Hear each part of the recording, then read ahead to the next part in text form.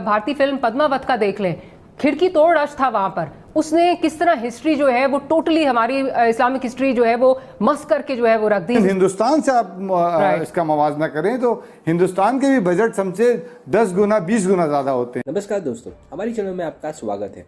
आज के इस वीडियो में पाकिस्तान मीडिया बात कर रहा है भारत के बॉलीवुड की ताकत के बारे में। जैसा कि हम सब जानते हैं कि पाकिस्तान में बॉलीवुड बहुत ही लोकप्रिय है। भारत के बॉलीवुड की कोई भी चीज़ होती है तो पाकिस्तान में सुपर हिट ही होती है, क्योंकि उनके पास फिल्म इंडस्ट्री जैसा कुछ ढंग का है ही नहीं। पिछले कुछ सालों से हमने पाकिस्तान कलाकारों के लिए भारत की एंट्री बंद कर दी है, जिसके बाद से पाकिस्तान मीडिया रोता रहता है। आपको बता दें कि बॉलीवुड में हर साल 1000 से भी ज्यादा मूवीज बनती है, और पाकिस्तान की फिल्म इंडस्ट्री की अगर बात करें तो वहाँ पर कुल मिला के 10 मूवीज भी नहीं बनती। ऊपर से अगर आप बजट की बात करें तो भारत की मूवी का बजट पाकिस्तान की कोई भी मूवी से कम 20 या 50 गुना होता है। पाकिस्तान देश को कट्टर सोच वाले लोग अब तक चलाते आए हैं, जिसका खामियाजा उसकी पूरी जनता को भुगतना पड़ता है। उन्होंने अपने ज्यादातर पैसे या तो मिलिट्री या तो आतंकवाद के पीछे ही लगाए, जिसकी वजह से फिल्म इंडस्ट्री भारत के बॉलीवुड के कंपैरिजन में बहुत ही पीछे रह चुकी है।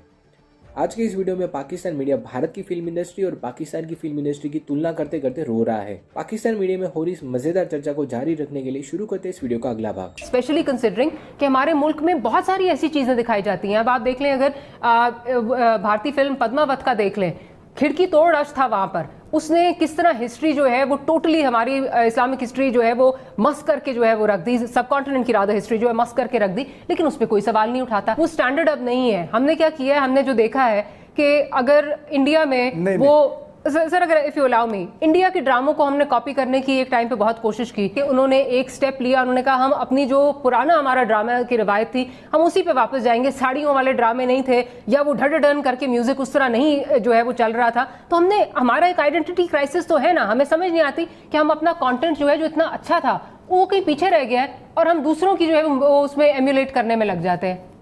और दूसरी बात ये कि जब स्टार प्लस आया था, स्टार प्लस को हमने एक तरह से हमें एक हार्ड टाइम दिया था स्टार प्लस ने। हमने उस ज़माने में, उस ख़ास ज़माने में कुछ ऐसे ड्रामे बनाए जो उससे मुमासलत रखते थे। बावजूद इसके कि हमारा ड्रामा जितनी कीमत में बनता है, जितने पैसों में बनता है, उतने पैसों में उनका शायद 2 मिनट का कंटेंट भी नहीं बनता।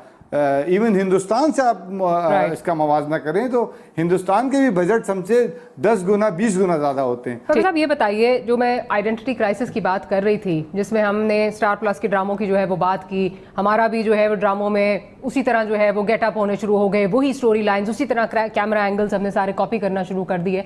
और फिर थोड़ा सा with all due respect to Saifi साहब, थोड़ा सा उनसे डिसएग्री ये करूंगी कि स्टार प्लस को मेरा ख्याल है हम शायद उस तरह नहीं हमने निकाला। स्टार प्लस पे जब वो बैन लग गया कि स्टार प्लस उस तरह एयर नहीं हो सकता था, तो we were left with no choice.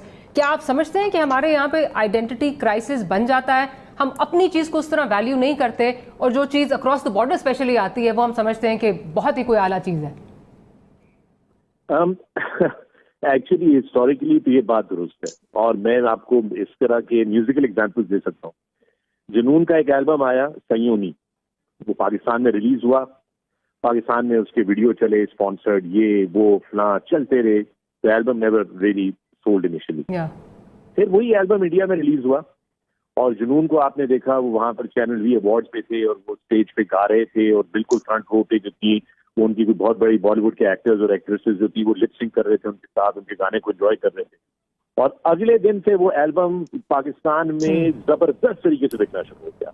दूसरा केस सिनेरियो मैं आपको बता देता हूँ, बहुत इससे भी पीछे ले जाता हूँ आपको। माजी में हसन जहांगीर का एल्बम आया हवा हवा, पाकिस्तान में आया, ठीक है, सही चला, क्योंकि बॉलीवुड में जब वो फिल्म में चले उसके बाद तो वो गाने पाकिस्तान में, वो एल्बम बिग रुका नहीं। फिर आपको तीसरा एग्जांपल दे देता हूँ। एक और साहब थे जो कि थे पाकिस्तानी, बदकिस्मती से उन्होंने अपनी आइडेंटिटी तो बिल्कुल ही गवा दी, चूंकि वो पड़ोसी मुल्क चले गए। उनका एक एल्बम आया बरसात के नाम से, उसमें उनकी तस्वीर थी उनकी, और उनके साथ उनकी एरिया की। वो एल्बम साउंड मास्टर ने पाकिस्तान में रिलीज किया, उसके गाने चलते रहे, उसमें हदीका कियानी की आवाज भी थी, डुएट्स थे, ये थे वो थे। वो गाने उन्होंने बड़े साउंड मास्टर ने रिलीज किया, मैं उनको बहुत अच्छे तरीके से सारे एल्बम्स को, लेबल्स को जानता हूँ। वो एल्बम नहीं बिका, फ्लॉप हो गया। उसके बाद वही गाने वहां पर जो हदीका की आवाज को लता से रिप्लेस किया गया, और फिर वहां से एयर किया गया। पाकिस्तान में बिक के आग लग गई उस एल्बम को, वो मिले ना, वो इतनी पायरेट हुई कि जिसकी कोई हद नहीं। तो हमारे यहाँ ये एक बदकिस्मती से हमारे लोगों में वो है इसका। और लेटेस्ट एग्जांपल इसका मैं आपको स्प्रिंग्स का एल्बम दे सकता हूँ, दूर, वो पाकिस्तान में रिलीज हुआ, उसका वीडियो चला चला के BMN रिकॉर्ड्स ने रिलीज किया था, वो बेचारे थक गए, एल्बम फ्लॉप, वापस उनके ऑर्डर्स आने शुरू हो गए क्योंकि माल वापस आ जाता है मार्केट से। वही एल्बम जब इंडिया से लॉन्च हुआ और वो वहां पर स्ट्रिंग्स देता है इंडियन चैनल से, वो एल्बम पाकिस्तान में बिक के कोई मतलब रुकने का नाम ना ले। तो दिस इज अनफॉर्चुनेटली, मैं आपको म्यूजिकल रेफरेंसेस अपने उससे देख रहा हूँ फर्स्ट टाइम, तो ये होता है हमारे। लेकिन मसला ये है कि जुनेद ने बिल्कुल बड़ी जबरदस्त बात की और खान साहब ने भी बड़ा सही बात बोला। देखिए, हमारे यहाँ मयारी ड्रामे बन रहे हैं, मगर हम ये नहीं कह रहे कि हमारे यहाँ मयारी ड्रामे नहीं बन रहे। एक बहुत बड़ा सरकारी इदारा जिसका नाम पाकिस्तान टेलीविजन है, जिसके बड़े जो ऊपर के जो मैनेजमेंट के लोग हैं, उनकी 8-8, 10-10, 15-15 लाख रुपए महीने की तनख्वाहों के पैकेजेस हैं, वो कितना बड़ा डिजास्टर है कि वो 1 मिनट की भी ऐसी वर्थ वॉचिंग कंटेंट प्रोड्यूस नहीं कर पा रहा, और उसको एक फॉरेन कंटेंट के ऊपर जो है इतनी ज्यादा उसको रिकग्निशन मिल रही है, या एक प्राइवेट चैनल के बने हुए ड्रामे से उसको इतनी ज्यादा रिकग्निशन मिल रही है, यानी कि उनकी अपनी आउटपुट जीरो है। अब फर्ज कीजिए कि एक ड्रामा आया है, एक सीरीज आई है और सारी दुनिया में मसलन जब 10 कमांडमेंट्स या बेनहर या किंग ऑफ किंग्स और इस किस्म की चीज़ें और रामायण और महाभारत और मुख्तार और यूसुफ और तमाम चीज़ें ईरान में और तुर्की में और हिंदुस्तान में और दूसरे मुल्कों में चल रही, खुद हमारे यहाँ देखा जाता है, तो ये एक तरह का एक नाशाइस्ता बात है कि ज़रा सी बात को एक मुतनाज़ा बनाने की कोशिश और उसको सतही किस्म की जज्बातियत और सतही किस्म के तासुबात का मुजाहरा नहीं करना चाहिए। सैफी साहब, आपकी तरफ आती हूँ भी, जुनैद ने भी इस तरफ इश्तिहारात देखते हैं। एक ज़माना था कि आपने पूरे इश्तिहारात, हिंदुस्तान के इश्तिहारात और वहाँ के लोगों को लेकर इश्तिहारात जब यहाँ चलवाए जा रहे थे, उस वक्त आपने कोई बिल्कुल एब्सोल्युटली। तो इसमें साथ ये भी कंट्रोवर्सी आ रही है जी कि इसमें जो कपड़े दिखाए गए हैं वो एक हमारे बड़े ऑनरेबल हमारे आर्टिस्ट हैं, उनका ख्याल है जी ये लंडे के कपड़े हैं, और ये कैसी सीरीज़ है, लंडे के कपड़े हैं। जब स्पार्टकस में कपड़े इस तरह के पहनाए जाते हैं तो कोई जो है उस पर सवाल नहीं उठाता, गेम ऑफ थ्रोन्स में अगर इस तरह के कपड़े पहनाए जाते हैं तो कोई सवाल नहीं उठाता। बार बार मुझे ये क्यों लग रहा है कि जिस तरह एक हमारा शायद अपोलोजिस्ट जो है वो एक रवैया बन गया है कि हम अपोलोजिस्ट बन गए हैं।